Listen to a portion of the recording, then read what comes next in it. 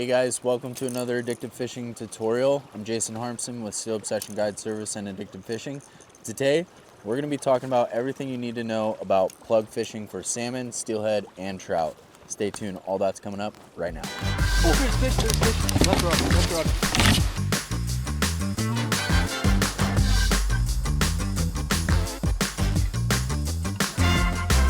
So first off, we're just going to start with the basics. We're going to start with the actual rod.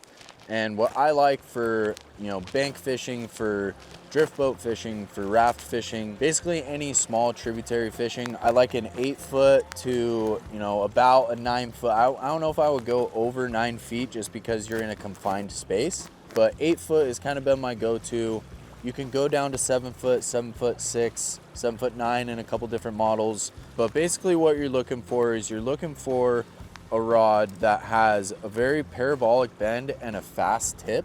This is the 801M from Okuma. It's a Guide Select Classic. It's got a very, very parabolic bend, and why that's important we'll get to later in the video. But basically what this rod does is it has a pretty stiff backbone, but it has a really nice light tip to where you can see the action of that plug bouncing down there on the tip of the rod. So like I said, it's 8 feet long. It's a 10 to 20 pound rating, and that's a pretty general plug rod rating for salmon and steelhead. For trout, you could go down to something as light as 4 to 10, 6 to 12, even 2 to 6 for like ultralight stuff. But that 10 to 20 rating will kind of cover all of your salmon and steelhead needs. So that's the rod that I prefer. And then going down to the reel, we have the Okuma cold water line counter. This is in the SS model. And why that line counter is so important is because you want your plugs back there at the same distance, so they're swimming right next to each other. Because if they're staggered, sometimes you can stagger them and it pays off, but most of the time having them perfectly parallel with each other, it makes the fish feel like they have no escape. It causes that aggravation bite to happen. And if you don't have line counters, like when I started plug fishing, I didn't have line counters. What you can do is you can tape out. What I used to do is I'd take it out in my front yard and I would string out line, and then I would take a tape measure and go up the line, I don't know, anywhere from 30 to 50 feet. Usually for me, I like kind of right in that 40 number for most of the rivers and streams that I fish. 40 seems to be that perfect number for me. So I used to put a bobber stop at 40 feet up my line. So little tech tip for you, if you don't have line counter reels, you can just run a bobber stop or sharpie your line, color that line somewhere up in that 40, anywhere from 30 to 50 foot line. So we've covered the reel. Now let's go over some line. This is 65 pound Addicted Enforcer braid in the high vis orange. You want to run a high vis orange or any color high vis. The reason you want to run a high vis line is so you can see the line angle that your plug is down in the water column swimming. If you know you're in a deep spot, that line angle should be pretty steep. And when that line angle comes up, you know that something is not right with your plug. Either it's out of tune or it's fouled up, like the hook is up above the plug on the line, or it's got a leaf on it or something. So having that high vis just makes it a little bit easier to visualize and visually see that your plug is fouled or something isn't right. So better just reel it in, get that thing undone, send it back out and get it swimming. From there, I run a bit of a top shot. So I run like a 15-foot piece of monofilament, and this would be a 25 pound test.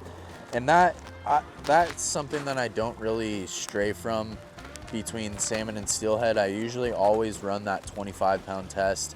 Sometimes I'll run 30 or 40 pound, but that's for like if I'm fishing for really big fall chinook. For coho and steelhead and some of the, most of the rivers that I fish, 25 pound is about, as heavy as you need to go. Most of the time in the rivers that I'm fishing, the rivers are fairly shallow, no more than 15 feet deep at most of the time. So therefore you can get away with just flatlining a plug. And what flatlining a plug is where you have nothing else on your gear but the plug. And where you let those plugs out and just let the river current do their thing. Instead of having a jet diver where it actually helps it get down and stay down in the water column. So with flatlining, I just run just a dual lock, and then I'll take my plug, and I have another dual lock on my plug.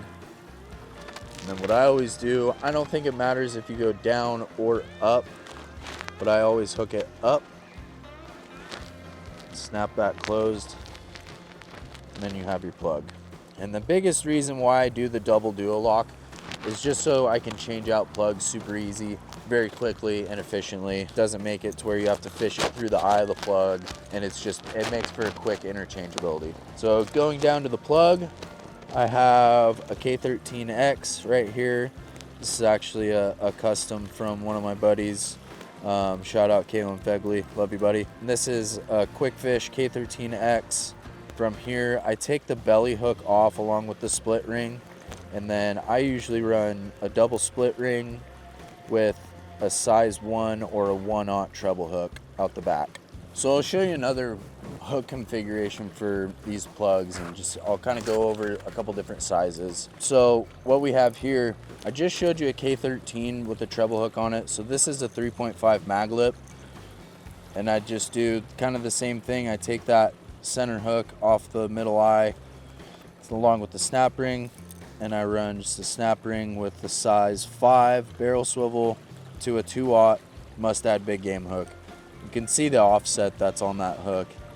It's usually pretty important when you switch to a single point hook is to have offset in that hook, because it's just going to grab more meat of that fish's mouth. And so going back to more of like the K13 size with the Mustad big game hook, you want to run something that's similar to size and weight to the original stock hook. Like, I think they come stock with like a size 1 or a 1/0 treble hook. So with a K13, I'd run like a 4/0 Mustad big game hook for a single point hook if you wanted to run that configuration. Now, a lot of times I run the treble hooks just because I have a little bit more confidence in 3 hook points rather than just 1. With some fisheries, you're required to fish a single point barbless hook. And if I'm gonna run that, it's gonna be the Mustad big game hook. They have such a good bite, and when the fish actually hits the plug, it causes the hook to grab so much of that fish to where even with a barbless point hook, you don't lose a lot of fish just because of that offset.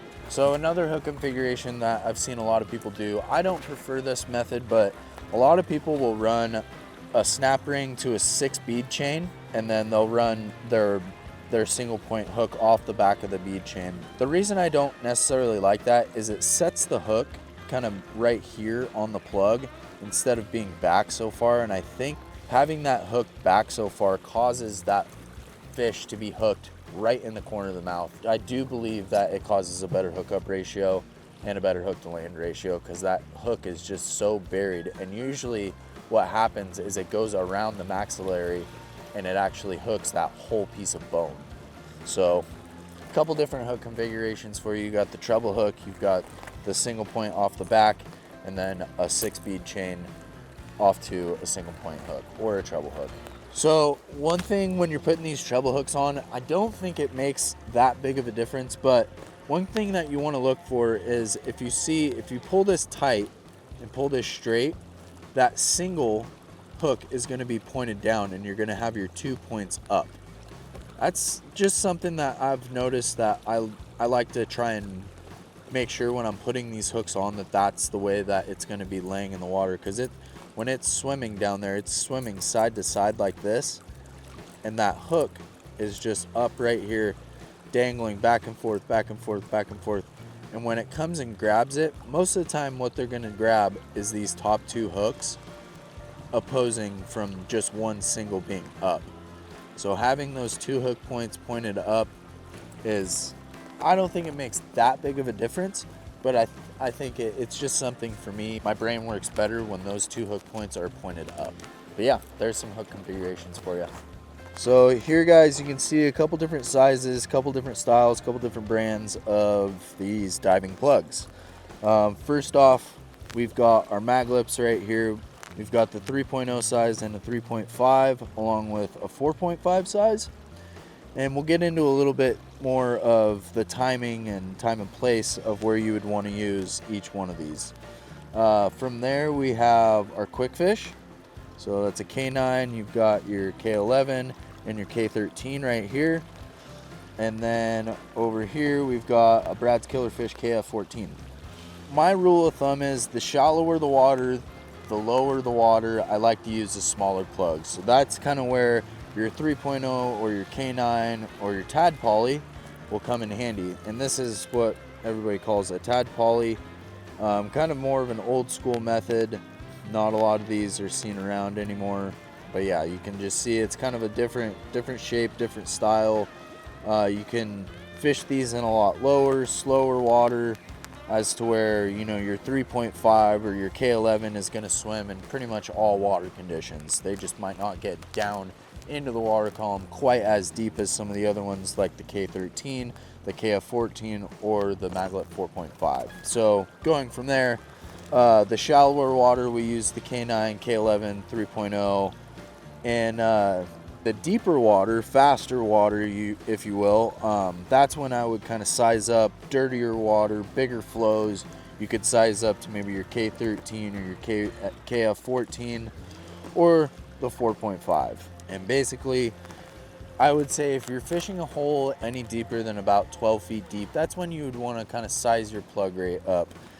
You know, the K13 is basically the 3.5 maglip of the salmon world. It'll swim in shallow water, it'll swim in deep water. I think these things are rated up to about 16 to 17 feet of water, where they'll dive down to the bottom flatline without any help from a weight or a jet diver or a bait diver. So that's where I would size up and use a little bit bigger plug for bigger water, heavier flows. So you can target all different species with all of these plugs right here. Any of them can pertain to salmon, steelhead, and trout.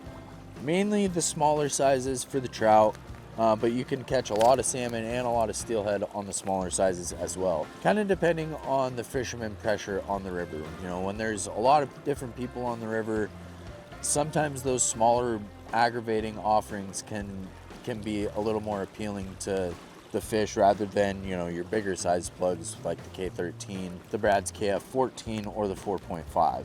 I would say all of these plugs will catch salmon and steelhead. Maybe some of the bigger plugs like these three up here I would kind of stray away from using for steelhead. Most of the time the water that you're fishing is a lot shallower, maybe not so much of those bigger, deeper spots. So any of these shallower diving plugs will work a lot better for steelhead and trout.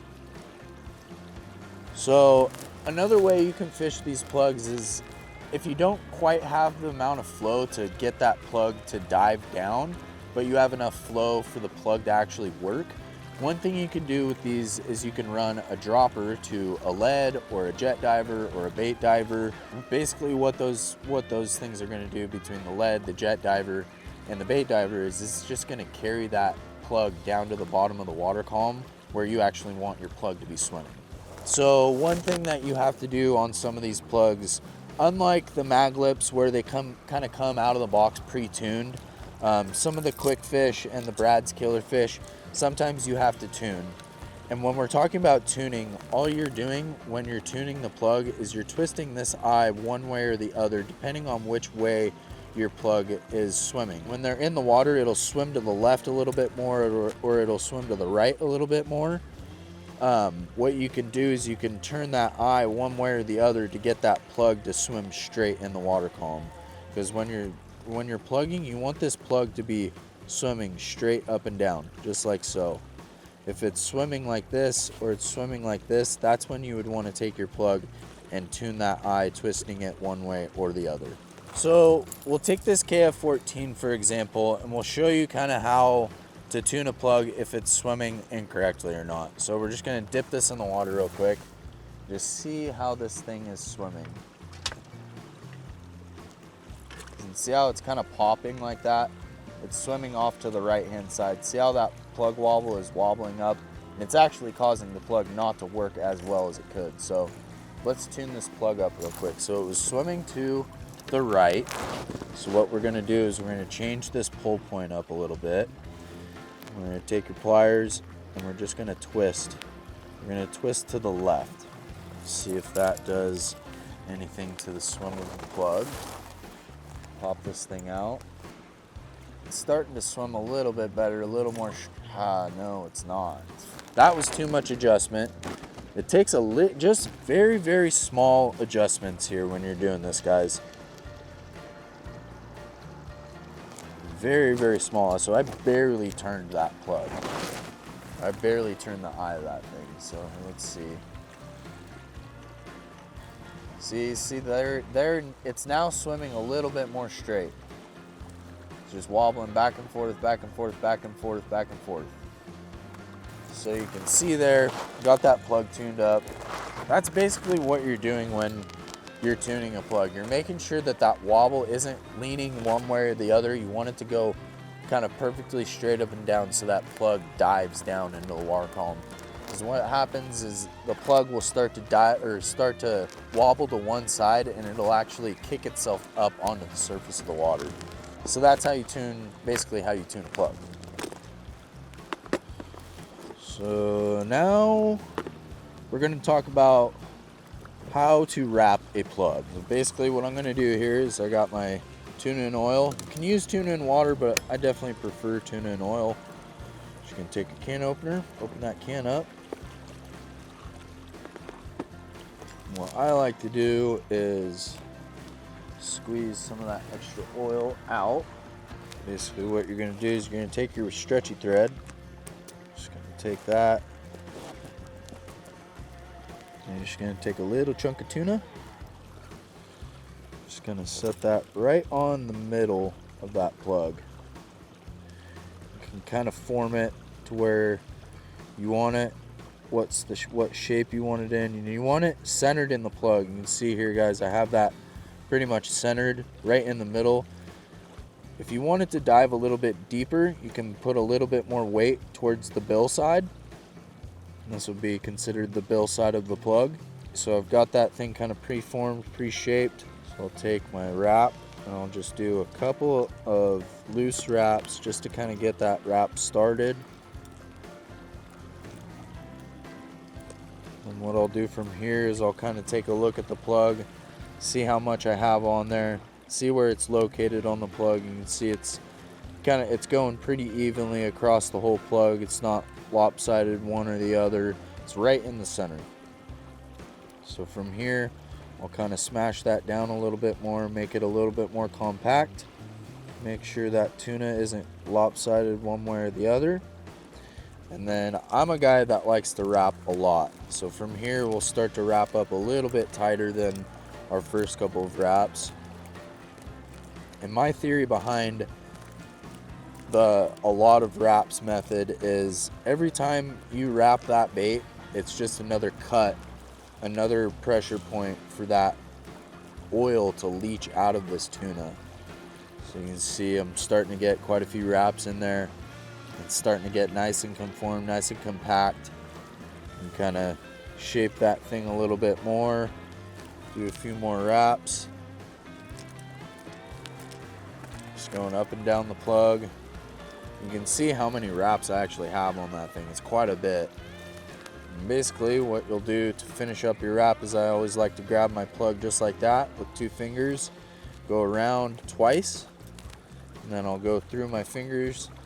Kind of make yourself a couple of overhand knots, then slide my fingers out of there and pull tight, and then just a nice little pink, rip that off of there, and you have yourself a wrapped plug. It can be really important to wrap your plugs when you're fishing for salmon in low clear water, high dirty water, pressured, when the river is pressured by a lot of other anglers. And honestly, whenever you can wrap a plug, do it. The help of scent and bait never hurts. I tend to always wrap my plugs whenever I can. Whenever I can use bait or scent, I really like to utilize a wrap on a plug.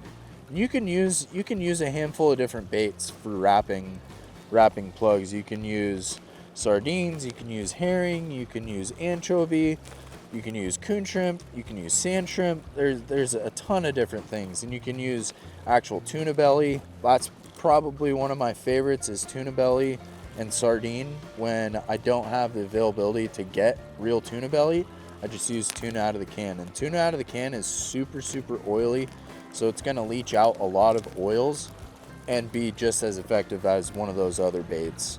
And it can be important to have a lot of those different baits when you're out here plug fishing, because sometimes they don't want tuna out of the can, sometimes they don't want tuna belly, sometimes they want sardines, sometimes they want herring. I mean, it's just a matter of letting the fish tell you what they want. Another way you can fish these plugs is from the bank. You can either plunk them or you can use a side planer. A lot of times what people will do is they'll use just like your basic plunking setup, which is just a dropper to a pyramid or a cannonball lead, and they'll use a dropper of anywhere from 12 to 18 to 3 feet of dropper line. And then what they'll do is they'll cast that out, and you'll slide your plug down on a dual lock down to your weight. Another way is a side planer, to where you're actually working the plug down kind of like you would be in a boat. But we're going to talk about kind of where you want to set up and where you'd want to plug fish out of a boat. So you can see here, we're at kind of the top of the run. There's one thing that these baits are kind of designed to do is it gives the fish a fight or flight situation, where you start at the top, and basically what the theory is you're trying to gather all of the fish that could possibly be in that run, and when you start back trolling, you're pushing those plugs back along with the fish that are staying behind those plugs, and you get to the end of the run, they can either go downriver, they can swerve your plugs, or they can hit your plug. And the goal is always to let them hit or make them hit your plug. So that's kind of the theory behind back trolling plugs. So you can see here, guys, Sean turns around and pans to the river. We're kind of right on this seam line to where it's nice and deep, kind of right in front of us, and it's really slow off to our other side. We're kind of right in the middle of the travel lane of these fish. So basically what we're trying to do is intercept these fish by having our plugs diving down in the water column. Judging off the size and the deepness of this run's anywhere from 10 to 13, 14 feet deep. So we're gonna use our K13s here, and we're just gonna send them out. And the really important thing when you're fishing these plugs is to reel that plug all the way up to the tip of the rod and zero that line counter out.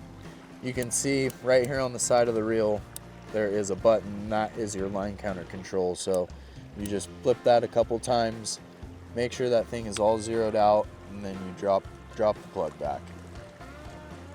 Judging off the size and the depth of this, I'm gonna set these line counters out to 45. Click that over, and I always run the clickers on, and I run kind of a loose drag. I always like to say, if you can use these 3 fingers to pull your drag out, that's perfect. Set that in rod holder. You can see that plug is working down in the water column and wiggling that rod tip. When that rod tip is bouncing like that, where it's digging deep, and then it kind of comes up and slowly works, that means that plug is working perfectly. So when that plug bounces off the bottom, it floats up, and then it starts to dig down again. You can really see that plug is achieving that action right now. So right there, it's diving really deep, and then right there, when that rod tip kind of comes up and gets unloaded, that's when that plug is bouncing off the bottom and coming up in the water column and then diving back down. So on this rod, we're just gonna match. We're gonna do the same exact thing. Reel that plug all the way up to the tip. I'm gonna zero that line counter out and let the plug go.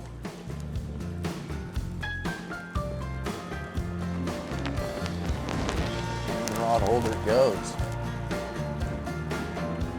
So you can see here, guys, what we're doing is we're sitting on anchor and letting these things work at a certain distance back behind the boat. Something what I like to always do is I like to set up just above where I think the fish are gonna be staged, like if they're in a staging spot or not. It kind of depends, you know, if you're fishing a traveling lane, you can kind of judge where to sit, because you want to be just above where you think those fish are gonna make a move. Like, say if you're in a flat and you know there's a little bit of a dip, I would try and put my plugs right above that dip. So when they come up out of that dip, that's the first thing that they see, and it aggravates them, pisses them off, and they bite it. All right, so now what we're gonna do is we're gonna actually back troll these down this run. So what I'm gonna do is I'm gonna pull anchor and start just back rowing, just slightly slower than the speed of the water, and work these plugs back to the end of the tail out. So let's do it. Oh, what is that? What's that? What's that? What is that? That's a leaf. Here, guys, before we even started, notice how this line angle is steeper and that tip is actually wiggling, as to this rod where the line angle is actually up and it's not really bouncing. So this rod is actually fouled up. So Brandon, go ahead and reel that one up, and we're going to show the people kind of what is actually going on with this thing. Is probably, my guess, being the fall time, a lot of leaves in the water, there's probably a leaf on it. But you can see right here, that's exactly what was happening. There was a leaf on the plug, and that little leaf will cause that plug to foul up. All right, so now we're just going to send that thing back out. All right, so now that we got these plugs back in the water, we can go ahead and back troll. So you can see here, I'm just kind of trying to keep that left plug right on that seam line. I'll kind of back off of the seam line a little bit just because I know there's kind of a shelf there. I'm moving slower than the current around me, just letting those plugs work. All you're trying to do is just go nice and slow. Give those fish this aggravating bait as long as you can. Sometimes the longer they look at it, the more tempted they are to bite. A lot of times what will happen is you'll set the plugs out, and if the fish are already there and they're really naive, pissed off, you know, fresh fish, they'll bite the plug almost immediately. But when they're not, when they've been in the river for a little bit, or in a bigger group of fish, sometimes it takes back trolling, backing them down the run to actually, aggravate them enough to actually strike. I'm just trying to keep these plugs in the strike zone as long as I possibly can, while keeping the boat nice and straight. And that's where boat handling comes in handy. It's like right now I want the boat to go off to the right a little bit, so I'm going to side scroll over a little bit. Really use the boat to let you know where your plugs are actually working in the run.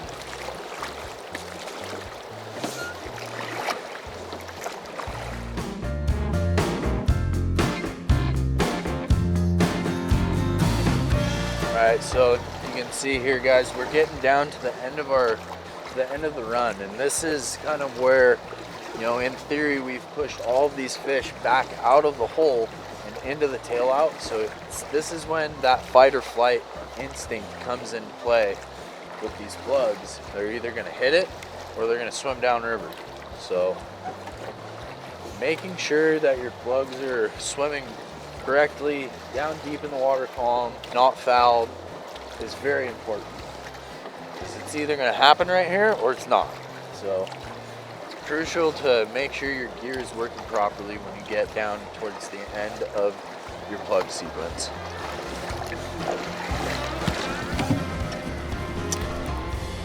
So we've gotten down to the end of our run, guys, and unfortunately didn't have any takers, so I'm gonna reel up. We're gonna head down river and show you a couple different spots, a couple different scenarios where you would want to plug.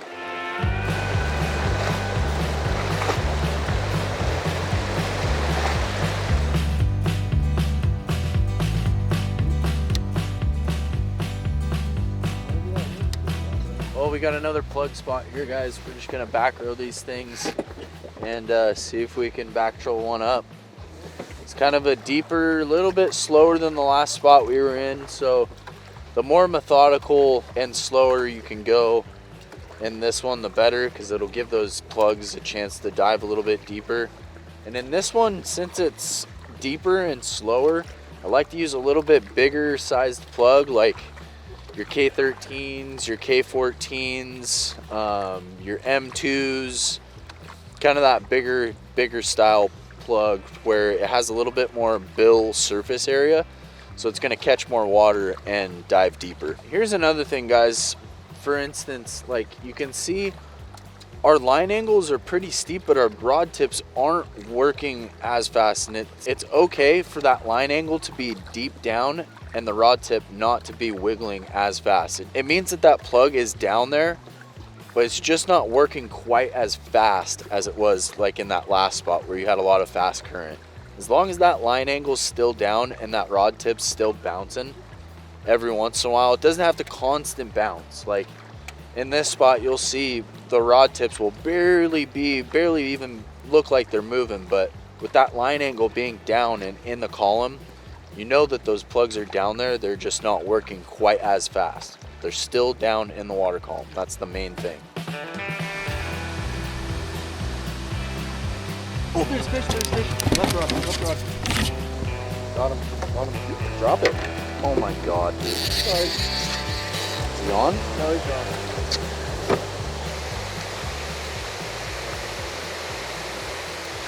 Constant tension. And the reason why we lost that fish is we lost tension on the fish. But that's fishing. It's also plug fishing. You hook quite a few fish sometimes, and you can lose quite a few fish. It's just the nature of plug fishing. It's kind of like bead fishing. Oh, there's fish. Left rod. The ultimate thing, what we're all waiting for, is the actual bite. The reason why I run kind of a looser, not super loose, but not super tight drag, is you want that fish to be able to come up, grab that plug, and turn its head and swim downriver with it. That's going to ensure your best hookup, your best land ratio. The biggest thing about landing fish with these plugs is to just keep constant tension. You want tension on that fish the whole entire time. And the biggest thing when you're plug fishing is do not set the hook. If you're in anybody's boat and you're plug fishing, that's going to be the very first thing that somebody says to you is don't set the hook. What that does is when you set the hook, you're just pulling that plug straight out of that fish's face. Technically, when the fish bites and starts to peel line, the fish is hooked. All you have to do is pick the rod up and start reeling. Keep constant pressure. I haven't seen anything. So something else I'll do at the end of like the tail outs, where I'm starting to be able to see the bottom, is I'll look off of, each side of the boat to see if those fish are swimming around my plugs for any reason. If you do see fish swimming and dodging your plugs, it could help to switch colors, switch wraps, switch sizes. There's a handful of different things you can kind of change, but yeah, it's something that I've always done. When I get to the tail out, it starts to shallow up a little bit, start to kind of look for fish. And another thing that helps you with is kind of helps you locate where those fish lay. So your next time you're coming down the river, you know, okay, I saw that fish right there a little bit further to the right than the last time I was in this tail out. So it can help you pick your route a little bit.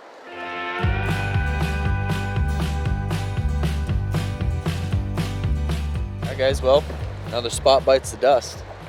We're gonna head on down the river and try out one more spot.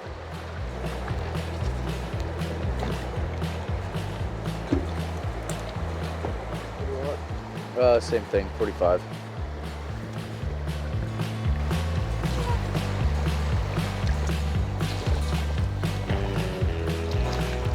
So here guys, we've got another spot that I like to plug. We've kind of got, one side is trenched out. Most of the fish are going to be keyed into this structure that is in this side of the run. On our left is more of just a gravel bar. Down here in front of us, there's a handful of big boulders and just deeper, darker water that those fish can really hide in. So that's kind of the zone that you'd want to target your plugs with. Like this right rod, it looks like it's just working its way just over a big boulder. As you can see it start to dance down there again. See that plug start to work. And that's just your plug working down there. It'll come to a boulder, it'll stop, float up over the boulder, catch current again, and then dive back down. Oh, even the cutties like it. Even the cutties like them. Oh yeah!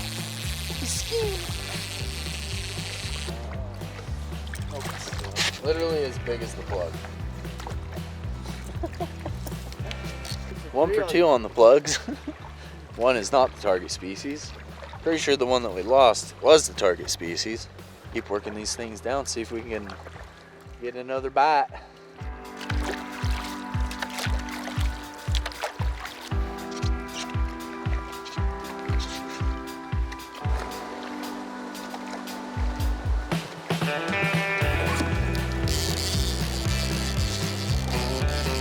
Upstream troll bite.